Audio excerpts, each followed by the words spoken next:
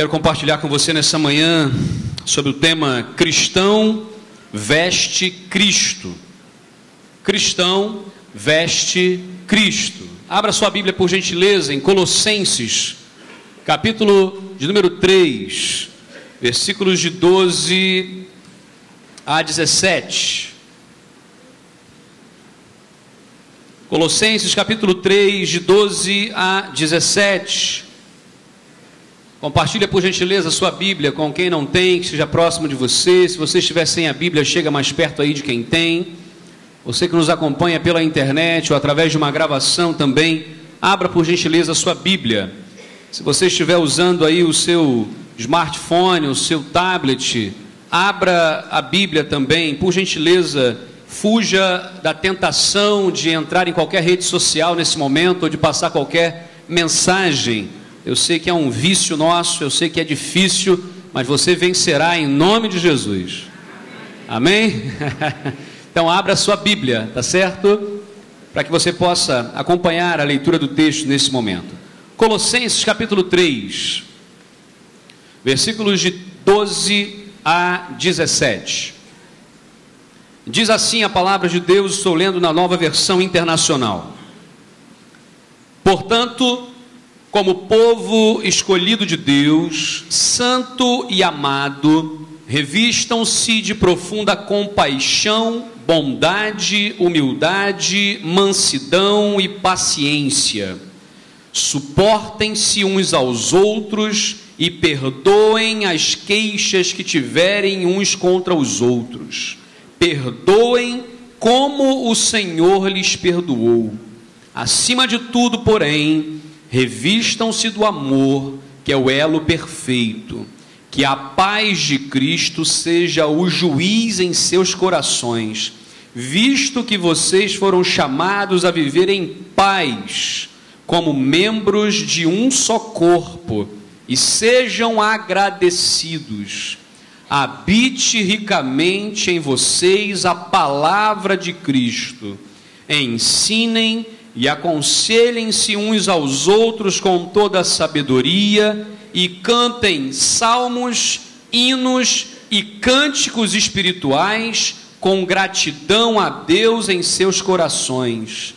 Tudo o que fizerem, seja em palavra ou em ação, façam-no em nome do Senhor Jesus, dando por meio dele graças a Deus Pai.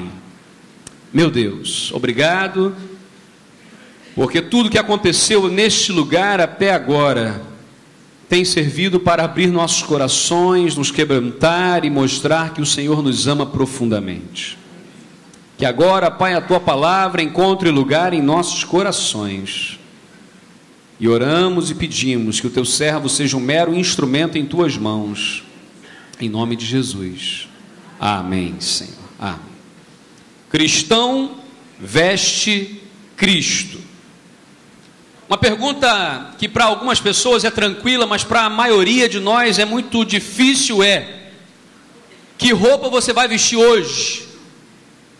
Para algumas pessoas isso causa choro.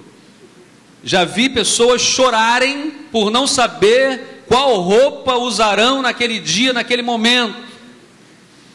Obviamente eu não estou falando apenas das mulheres, mas que as mulheres têm uma sensibilidade maior com isso, tem, né? Às vezes até brigam, porque o marido ou o filho não estão nem aí para esse negócio, bota às vezes o sapato marrom, outro preto, né? E sai feliz da vida, um com meia, outro sem meia, né? E as cores que não combinam. As mulheres são mais sensíveis nessa situação, e por vezes na hora de escolher, sabe aquela famosa frase, eu não tenho roupa? Ninguém nunca disse isso aqui, certo? Ninguém nunca disse isso, né? Maridos, não balancem a cabeça agora, senão você vai estar arranjando um problema conjugal, tá certo?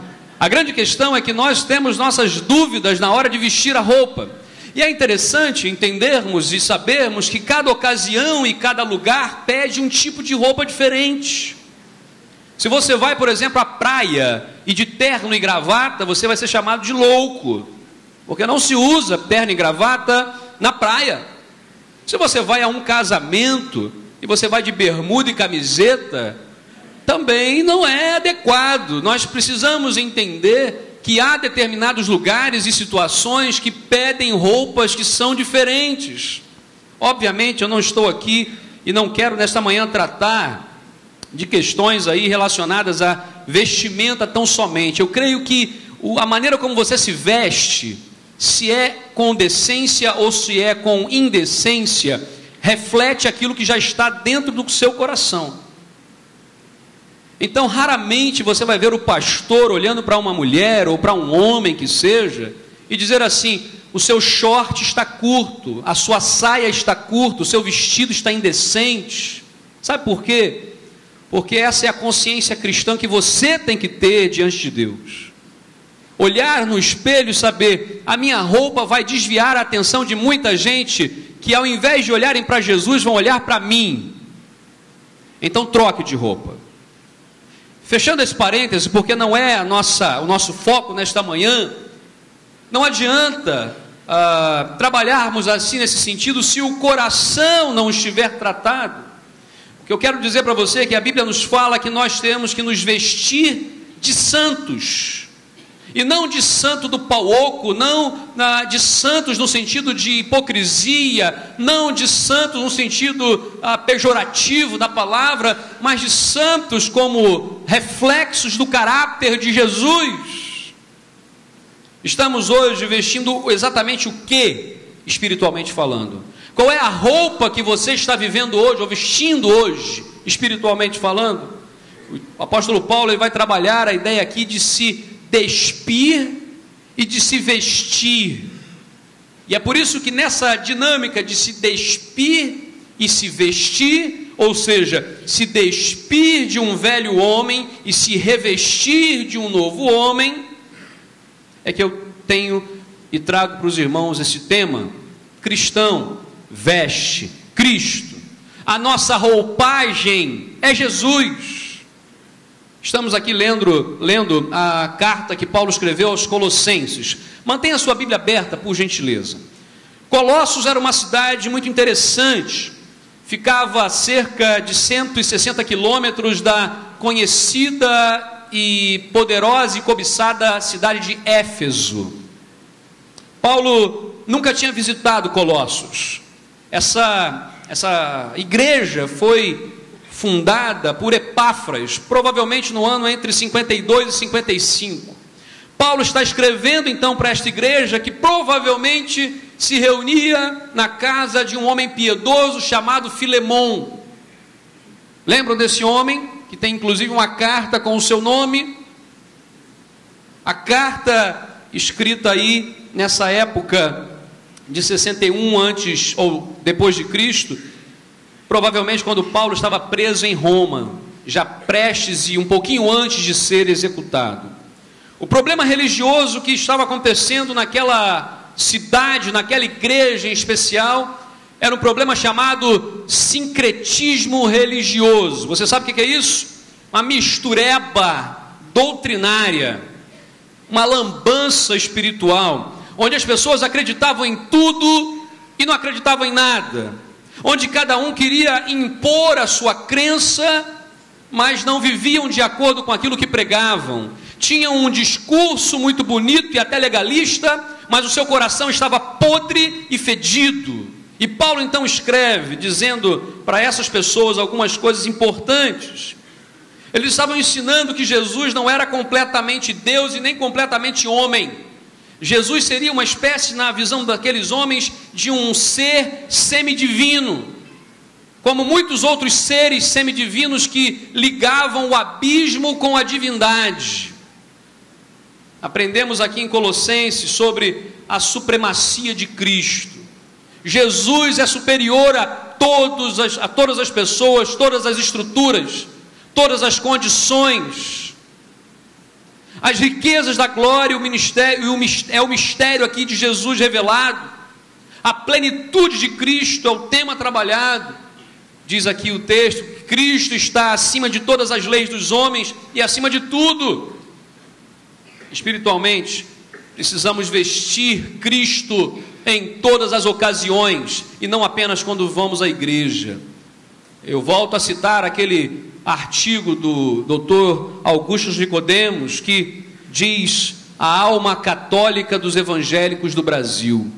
Nós, chamados evangélicos ou protestantes brasileiros, somos no fundo detentores e defensores de relíquias espirituais. Gostamos de dar poder a determinados objetos, como por exemplo o púlpito.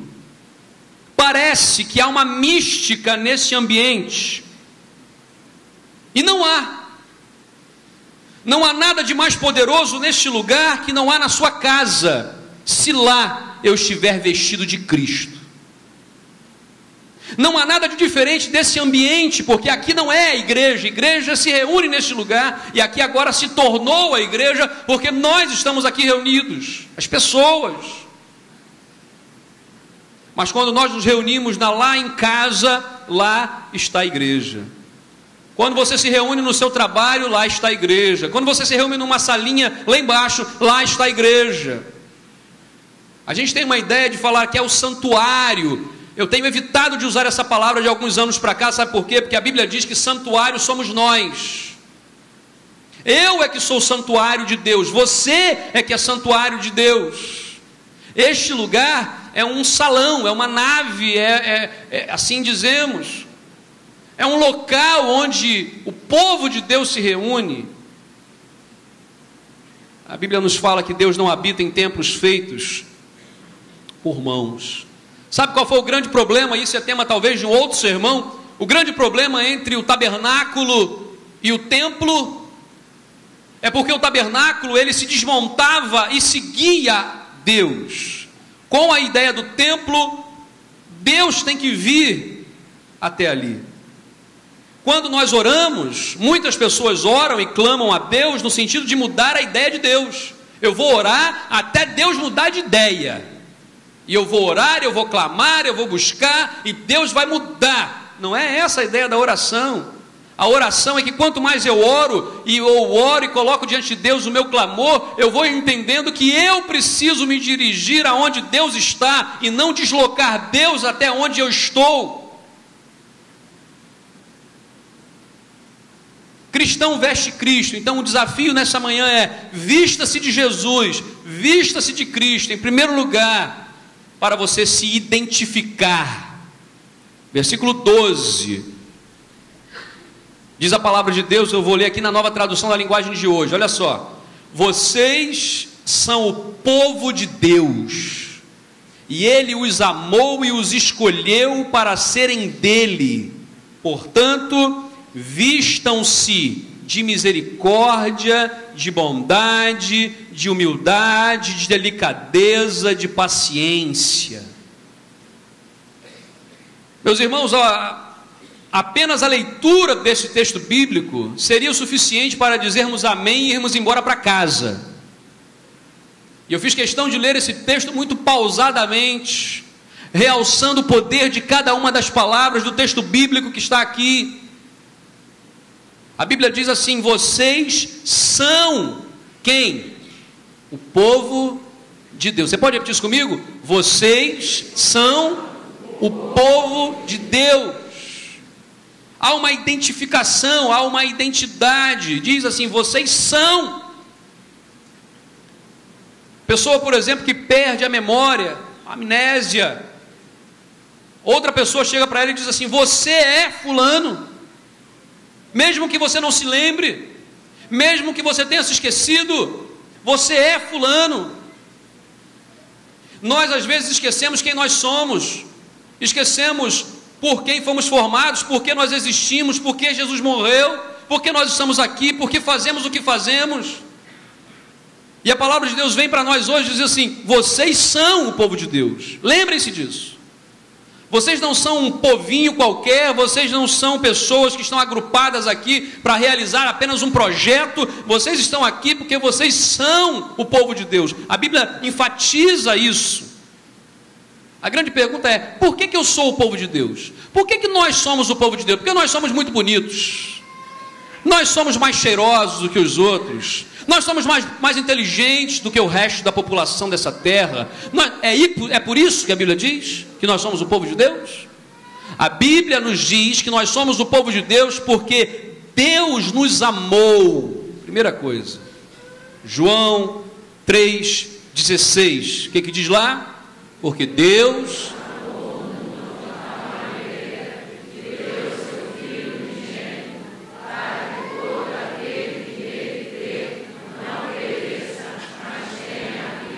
porque Deus amou. Deus amou.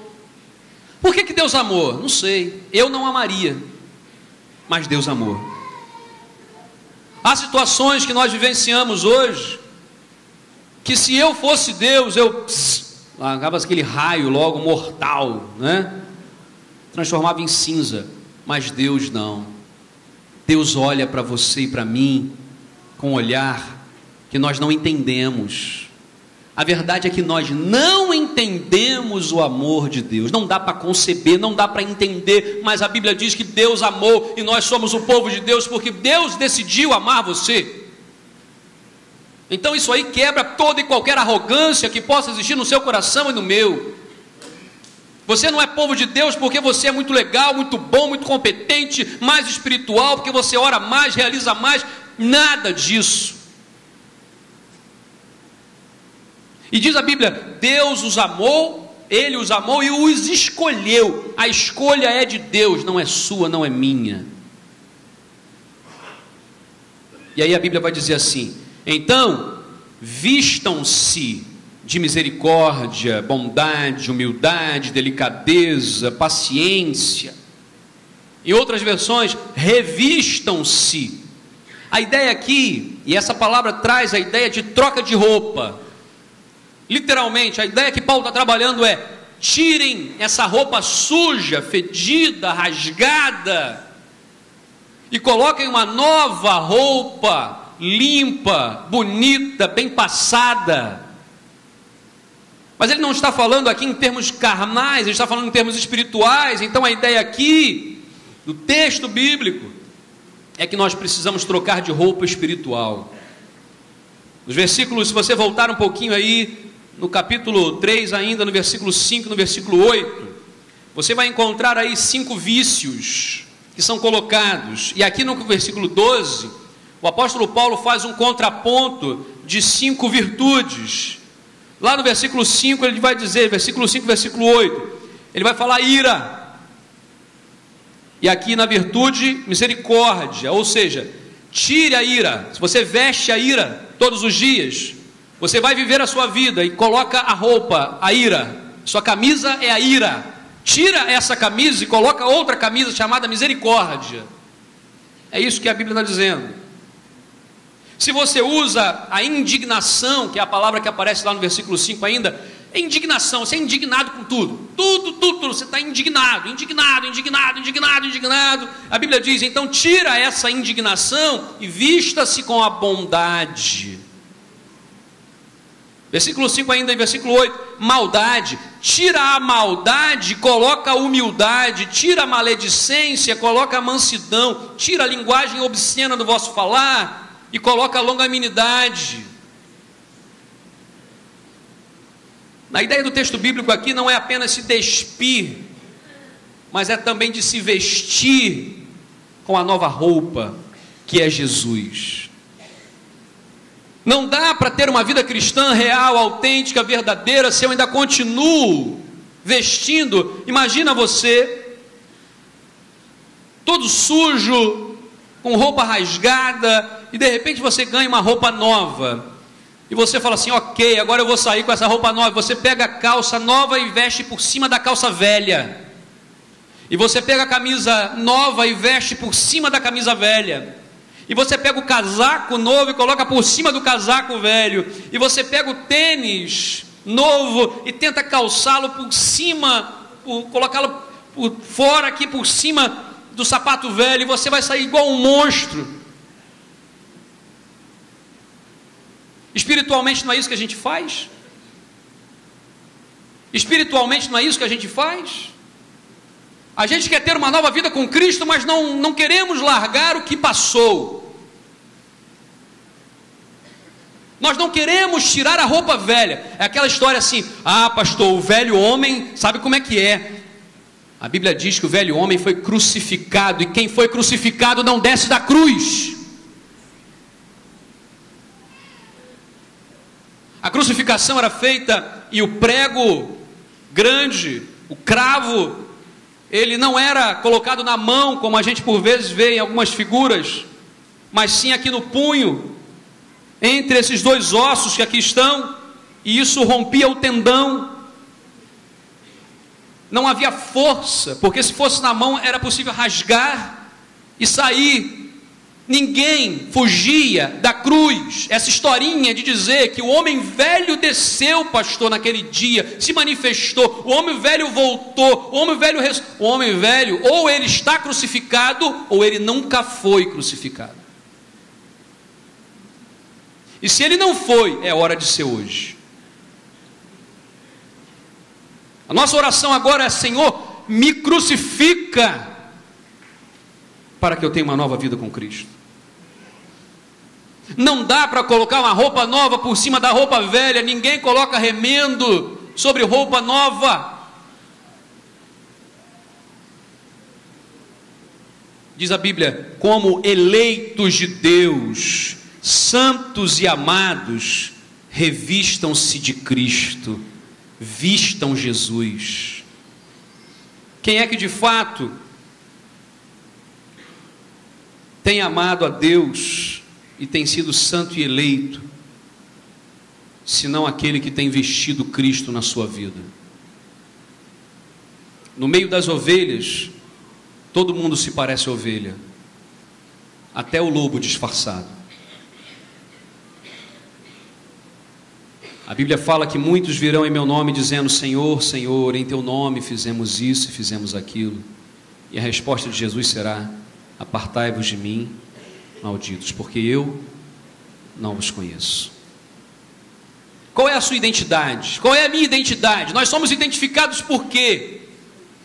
Quando você faz alguma coisa, seja na sua casa, na sua vizinhança, no seu trabalho, na igreja, as pessoas olham para as suas atitudes, para a sua fala e dizem o quê? Esse é um cristão. Ou você já ouviu alguém dizer assim: você é crente? Nem parece.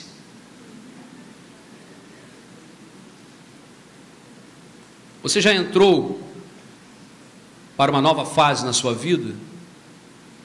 Você já entregou a sua vida a Cristo? Então vista-se de Cristo. Segundo lugar, vista-se de Cristo como seu estilo pessoal. Versículos de 13 a 15 diz: suportai-vos uns aos outros, perdoai-vos mutuamente. Estou lendo na versão Almeida, Revista Atualizada. Caso alguém tenha motivo de queixa contra outrem, assim como o Senhor vos perdoou, assim também perdoai vós. Acima de tudo isso, porém, esteja o amor, isto é, o vínculo da perfeição. Seja a paz de Cristo o árbitro em vossos corações, a qual também fostes chamados em um só corpo, e sede agradecidos. Quem é o seu personal styler? Meu personal styler é minha filha. Eu visto lá minha roupa, e aí, filha, tá legal? Aí ela: pai, essa camisa não tem nada a ver. Aí eu tenho que ir lá e trocar. Pai, esse tênis não está combinando com nada, troca. E eu obedeço, porque ela entende mais desse negócio do que eu. Ela gosta desse negócio. Eu não gosto, eu não ligo, mas ela gosta. Meu personal styler. Quem é o seu personal styler espiritual? Quem é que desenha o seu estilo de vida?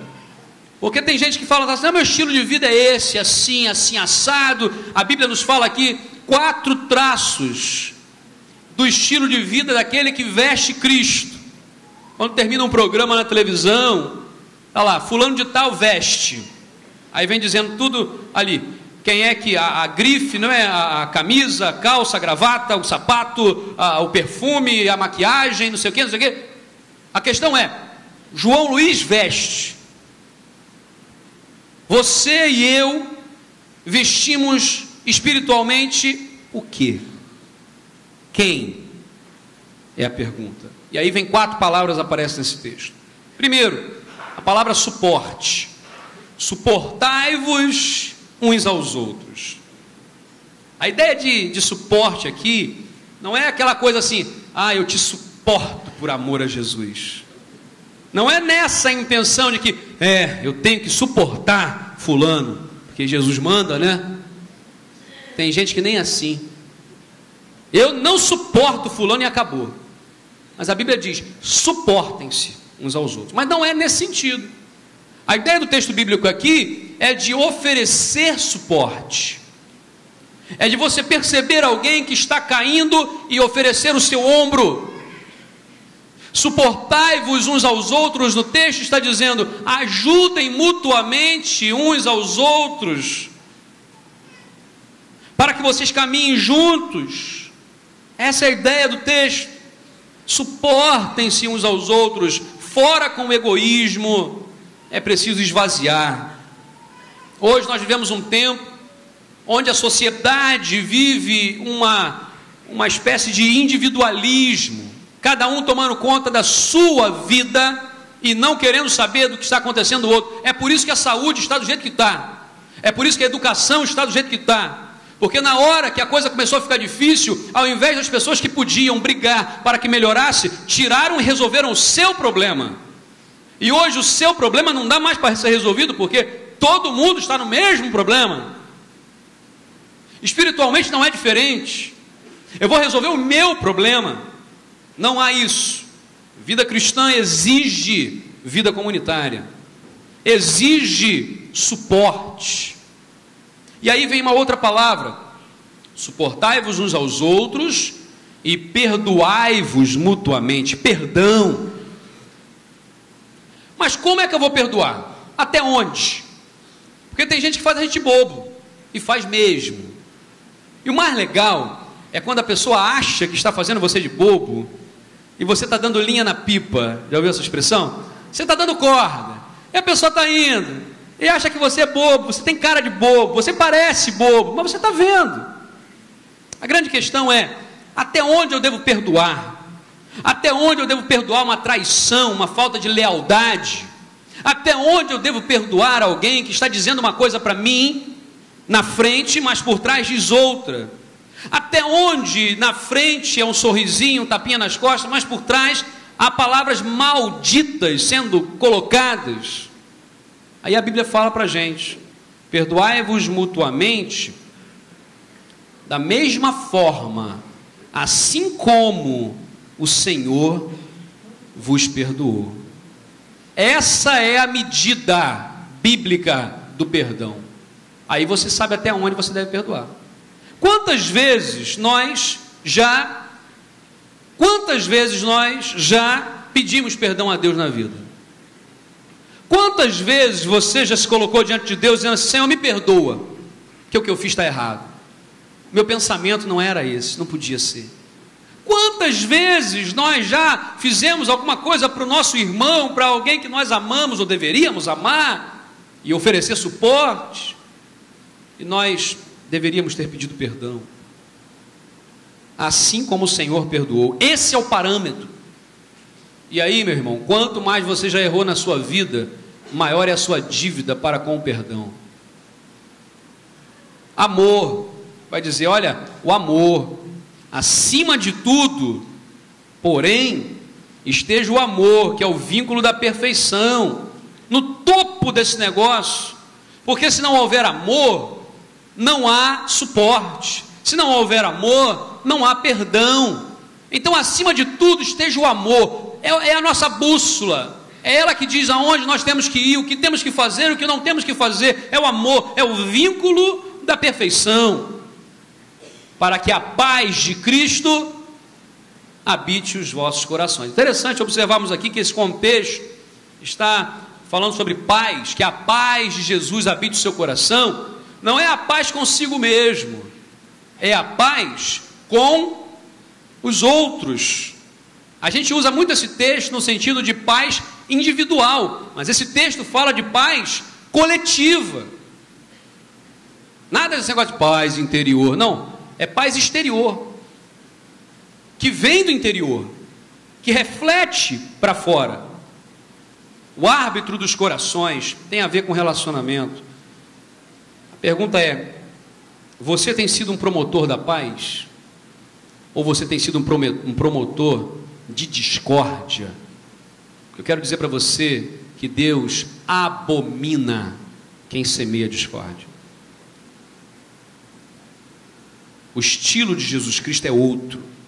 É suporte, perdão, amor e paz. Você pode repetir comigo? Suporte, perdão, amor e paz. Esse é o estilo de Jesus. Você tem isso na sua vida como marca? Esse é o estilo de vida que você tem adotado, que você tem buscado pelo menos? Então você tem vestido Cristo. Se não, é hora de vestir. Terceiro e último lugar: vista-se de Cristo para poder adorá-lo. Versículo 16 e 17 diz que a mensagem de Cristo, com toda a sua riqueza, estou lendo a Nova Tradução da Linguagem de hoje, viva no coração de vocês. Ensinem, instruam uns aos outros com toda a sabedoria, cantem salmos, hinos e cânticos espirituais, louvem a Deus com gratidão no coração. E tudo que vocês fizerem ou disserem, façam em nome do Senhor Jesus. E por meio dele, agradeçam a Deus, o Pai. Eu quero dizer para você que só adora a Deus verdadeiramente quem se revestiu de Cristo. Não dá para ter uma vida de adoração se eu não me vestir de Jesus. Se eu não me recebi, se eu não me despi de uma velha roupa e me vestir de uma nova roupa espiritual. Palavra de Cristo é o que aparece aqui, mensagem de Cristo, que é a palavra de Cristo, que é a mensagem de Cristo. A ideia aqui era o testemunho dos discípulos. Hoje, a mensagem de Cristo precisa estar em nossas ações. Aquela frase que diz: as nossas ações falam tão alto que as pessoas sequer conseguem ouvir a minha voz. Às vezes a gente quer evangelizar alguém. Certa vez uma colega de trabalho, há muitos anos atrás, ela me cobrava, eu era adolescente ainda, me cobrava, estava começando a trabalhar: João, você não evangeliza ninguém, você não fala de Jesus para ninguém. E eu me sentia péssimo com aquilo, eu me sentia o pior dos piores. Eu realmente questionava, porque ela falava de Jesus para todo mundo, as blusas dela falavam de Jesus, ela toda hora falava de Jesus, falava da Bíblia, falava de Deus. Eu falei: essa menina é evangelista, eu sou o pior dos pecadores.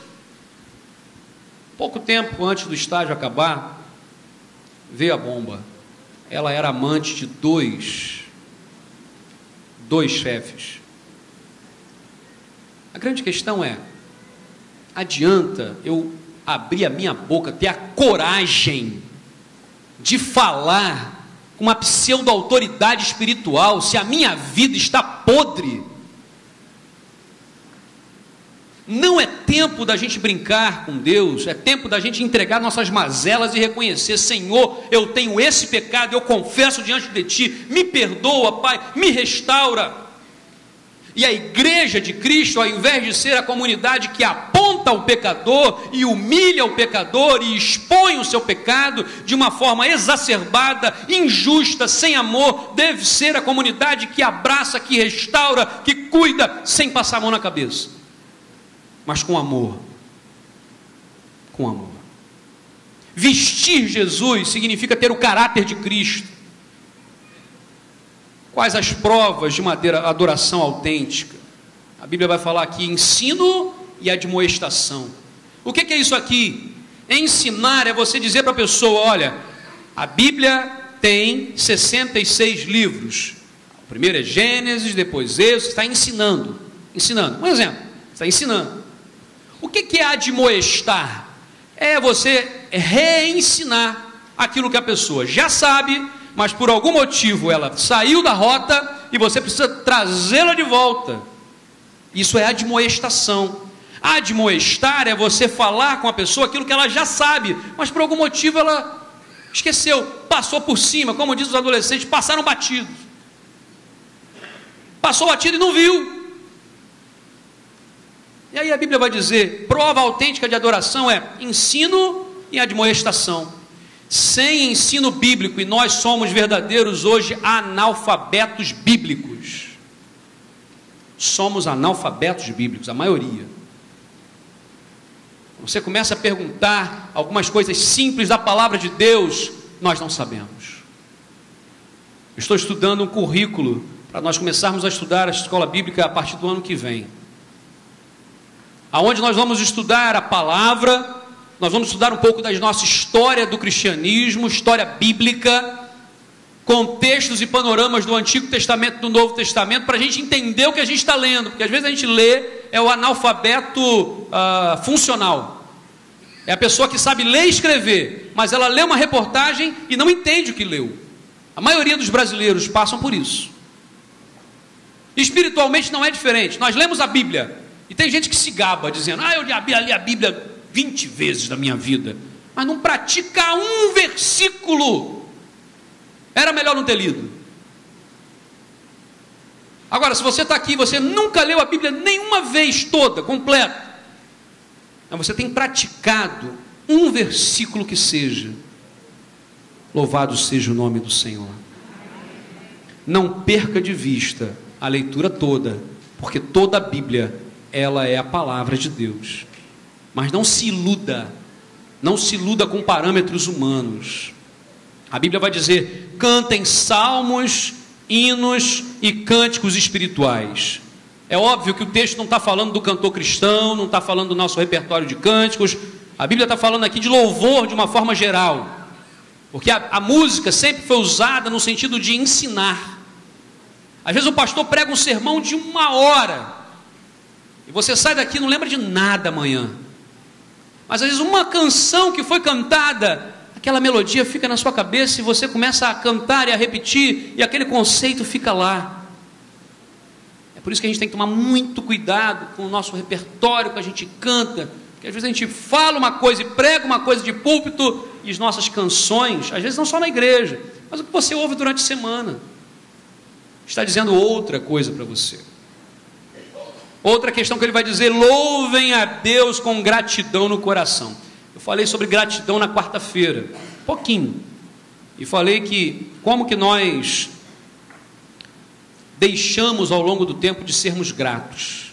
A gente não agradece ninguém, nem no trânsito, né? Já viu? Quando a pessoa está numa situação difícil, você fala com ele assim, pode ir, a pessoa vai, às vezes nem um obrigado, nem uma buzinadinha, né? E às vezes nós também não agradecemos.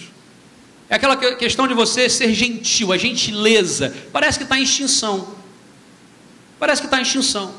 Culto de ação de graças. Eu lembro quando eu era criança, eu falei isso na quarta-feira. Eu era criança, quase toda semana tinha um culto de ação de graças. Aí você fazia o culto, chegava lá, qual é o motivo? É para agradecer a Deus. Por algum motivo, mas era para agradecer. Não era motivo assim, um negócio exacerbado, era para agradecer. Quantas vezes hoje nós nos reunimos, e aí eu vou dizer uma coisa, que eu já falo muito em sepultamento isso. Muitas famílias se reúnem muito mais ao redor de um caixão do que ao redor de uma mesa farta. Muitos irmãos em Cristo se reúnem muito mais ao redor da morte do que ao redor da alegria e da vida. Eu quero estimular os irmãos a mutuamente se convidarem, a trazerem na sua casa, a levarem na casa, a termos essa comunhão que ao longo do tempo tem sido perdida. A Bíblia fala sobre isso, façam tudo em nome do Senhor Jesus. E aqui está o grande segredo. Por que nós temos feito o que nós temos feito? Pergunta mais difícil. Por quem nós temos feito o que nós temos feito? Porque tem muita gente boa que faz e faz bem, mas o motivo não tem sido Jesus. Eu quero dizer para você, em nome de Jesus, faça pelo motivo certo.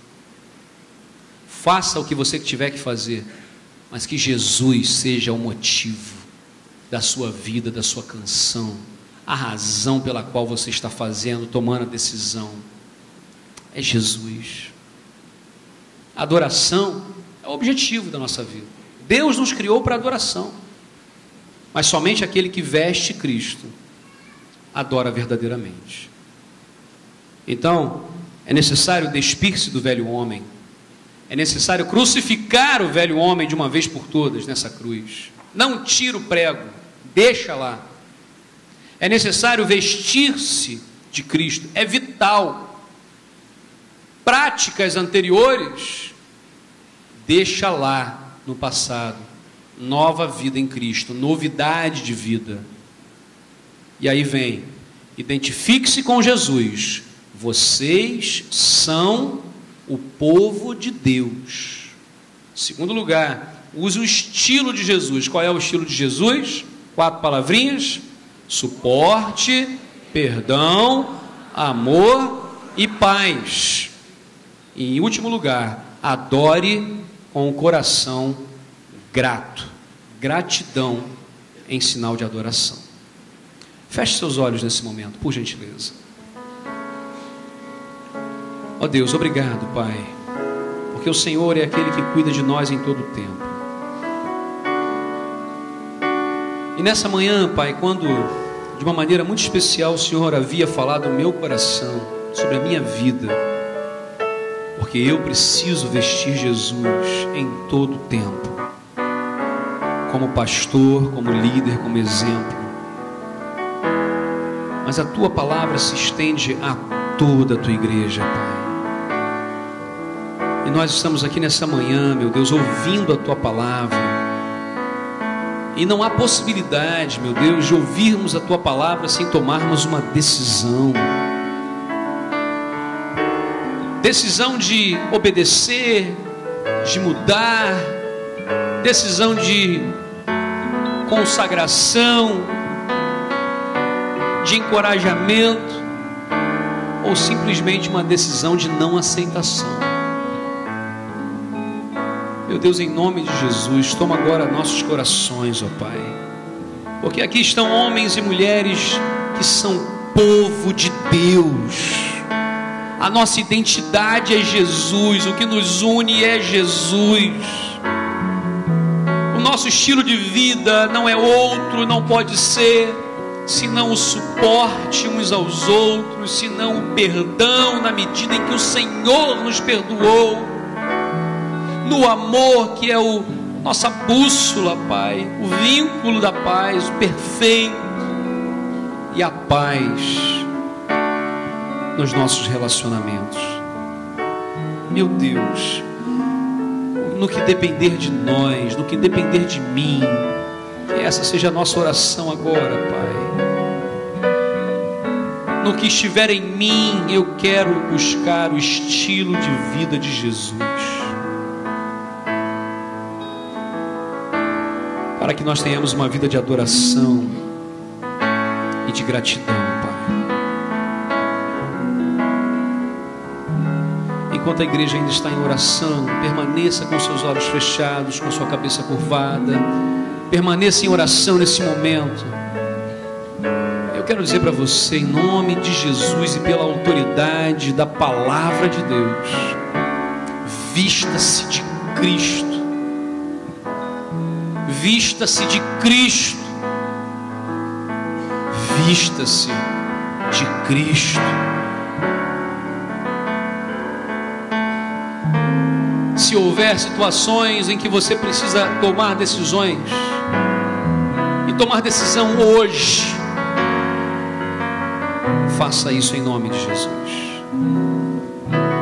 Há alguém que você precisa dar suporte, há alguém que você precisa perdoar, há alguém que você precisa pedir perdão, há alguém que você precisa amar, há alguém que você precisa ter paz e você não está tendo. Se não houver uma busca nesse sentido, nós não estamos nos vestindo de Cristo. E nessa manhã a palavra de Deus vem para nos admoestar, para nos lembrar daquilo que muitas vezes nós já sabemos, mas porque a vida nos conduziu por caminhos tão difíceis que nós acabamos esquecendo e começamos a lutar contra a carne e sangue e não contra os principados e potestades.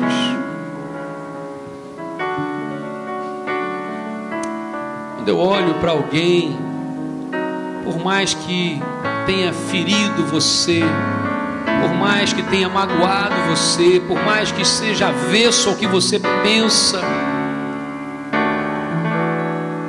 é povo de Deus, é alguém por quem Jesus morreu e deu a sua vida,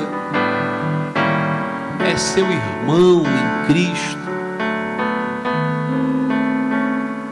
Nossa adoração está ligada diretamente ao ensino, ao louvor, à prática da vida cristã. Eu quero convidar a todos aqueles que nessa manhã entenderam a palavra de Deus e entendem que precisam se revestir de Jesus todos os dias da sua vida, em todos os lugares, em todas as circunstâncias. Coloque-se em pé, em nome de Jesus. Eu quero orar por sua vida. Não tenha vergonha se você é um líder, se você é um professor, se você é alguém que tem servido a Jesus com carinho, com dedicação, com amor. O Senhor está olhando o seu coração nesse momento. Se você é adolescente, junior, um adulto, um ancião, não tenha vergonha, apenas coloque-se diante do Pai. Apenas coloque-se diante de Jesus e decida ter o estilo de vida de Jesus, porque cristão veste Cristo. Meu Deus, o Senhor Pai está olhando nossos corações agora.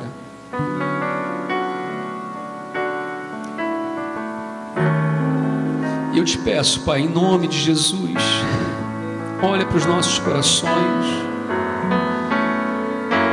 Quebra, meu Deus, as barreiras que existem. Quebranta, Pai, nosso coração.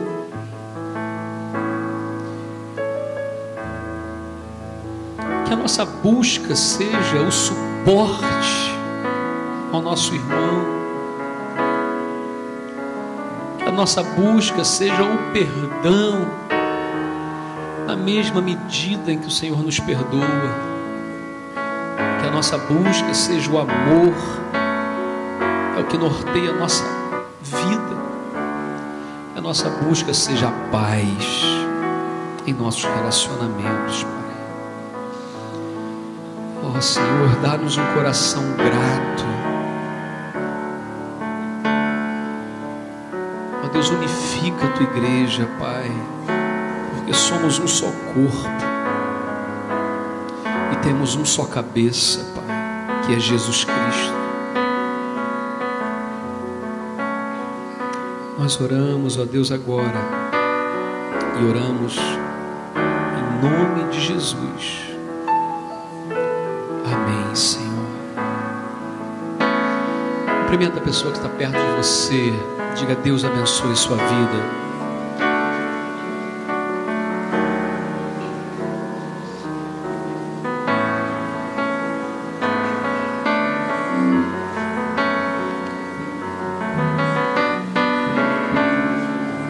Deus abençoe.